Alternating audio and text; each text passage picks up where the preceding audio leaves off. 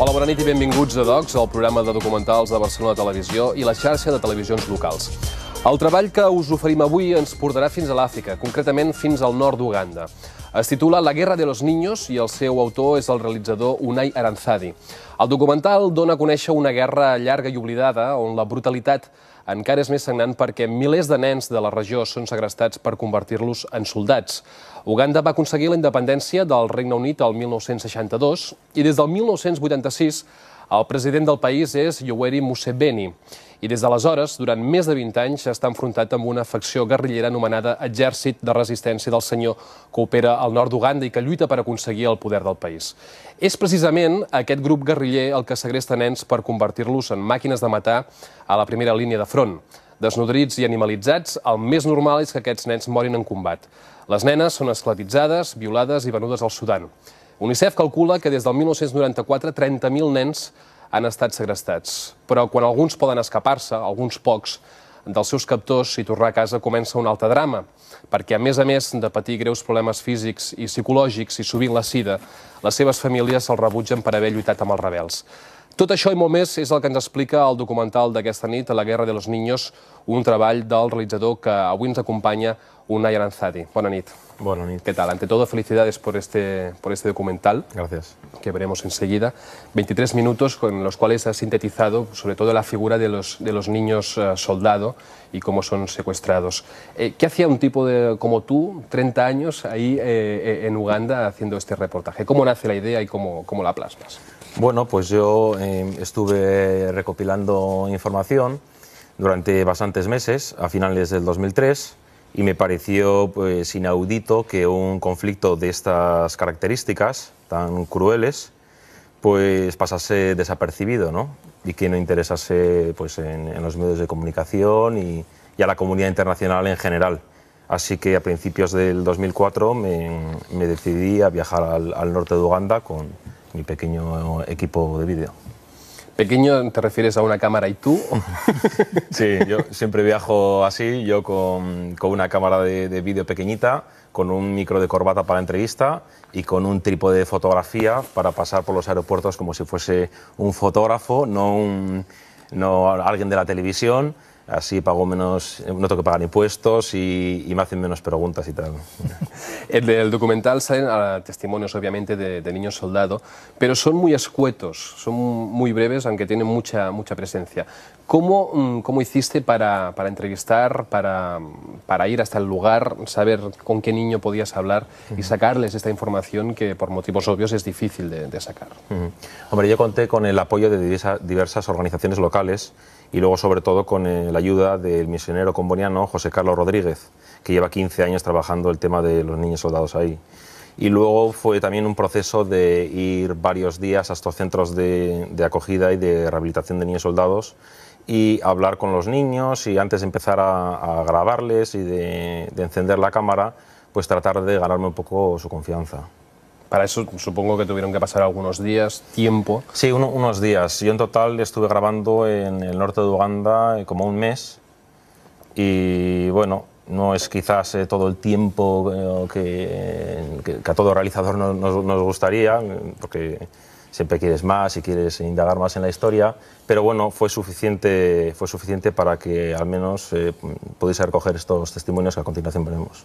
¿Y era la primera vez que estabas en Uganda o ya habías estado? Sí, era la primera vez, sí. ¿Y cuál fue la sensación al bajar del avión y empezar pues, a buscar la información? ¿Qué impresión te dio el país?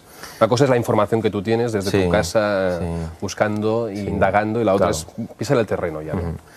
Sí, pues bueno, digamos que no es un conflicto en el que te encuentras pues muchas ruinas, como te puedes encontrar en otras ciudades del mundo, otros conflictos africanos como Mogadiscio, por ejemplo, pero sí que te das cuenta, sí que percibes que bueno, que fuera de lo que son las 2 o 3 pequeñas ciudades que hay, pues no hay nadie que viva en el campo. ¿Y eso por qué es? Pues porque están desplazados, están todos metidos en campos de desplazamiento, de refugiados, de concentración casi algunos.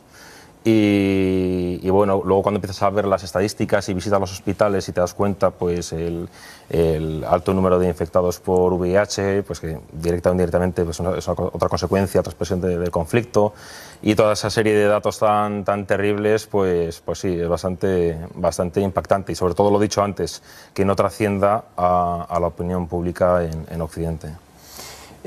Seguramente una de las personas o quien más sabe en Cataluña y también en España sobre África es el reportero y fotógrafo de lujo y reportero también, evidentemente, muy buen conocedor del África, periodista de La Vanguardia y autor de libros como Áfricas o Maternidades, y que también ha sido pues galardonado con el premio de periodismo Ortega y Gasset y el primer premio periodístico Miguel Gil. Es Bru Rovira. Buenas noches. Buenas noches.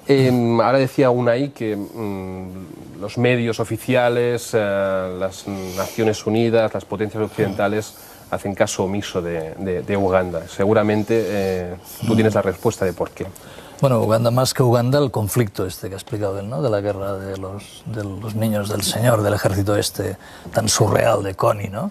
Este ejército es una historia muy antigua que empezó con la lucha después de Idi Amin, y entonces es una guerra que ha quedado como aislada porque el ejército este está como apoyado por el Sudán para desestabilizar la región, ¿no? Entonces es una guerra que no interesa a nadie porque no afecta ni el petróleo, claro. ni es una guerra perdida allí en el sur. Y por eso no se habla de ella, ¿no? Es una cosa evidente, ¿no? Sin embargo, es una guerra devastadora que afecta a una población bastante grande desde hace muchos años, ¿no? Hablábamos, antes de empezar el programa, estamos hablando de 1,5 millones de personas afectadas, de desplazados, más o menos. Sí, incluso un poquito más, 1.700.000 según Naciones Unidas. Y 30.000 niños secuestrados desde el año 94 según UNICEF. Pero claro, es una cosa crónica, ¿no? Que no deja, no solo está el ejército de niños, los combates y tal, sino la dificultad de una sociedad para llevar una vida civil, ¿no? Claro. Creo que en tu reportaje filmas, ¿no? Como los niños de los pueblos van a las ciudades a dormir después de estudiar y tal, porque si se quedan en los pueblos son secuestrados, ¿no? Claro. De manera que allí se quedan los padres protegiendo las viviendas por si hubiera un ataque del ejército del Señor, pero lo que protegen en realidad son los niños, ¿no? Para que no se los lleven. Pero esto quiere decir que llevamos pues 3 generaciones así, 2 generaciones, claro, ¿no? Claro. Quiere decir que estas guerras africanas no solo afectan a los sujetos que son violados, secuestrados, asesinados, sino que en realidad desestructuran completamente la sociedad, ¿no? Es imposible la vida normal, ¿no? Hablemos de este personaje tan maléfico que es Joseph Kony. ¿Quién es exactamente? ¿De dónde surge? Bueno, ¿y por qué de su brutalidad? Kony se autoproclama el primo de Alice, ¿no? Alice es la mujer que empezó esta guerra, que se inventó, diríamos, toda esta la guerra la inventa... Es el ejército del Señor, ¿no? Esto nace de un desorden brutal que viene en la comunidad Akoli, que sufrió un genocidio de Idi Amin, ¿no?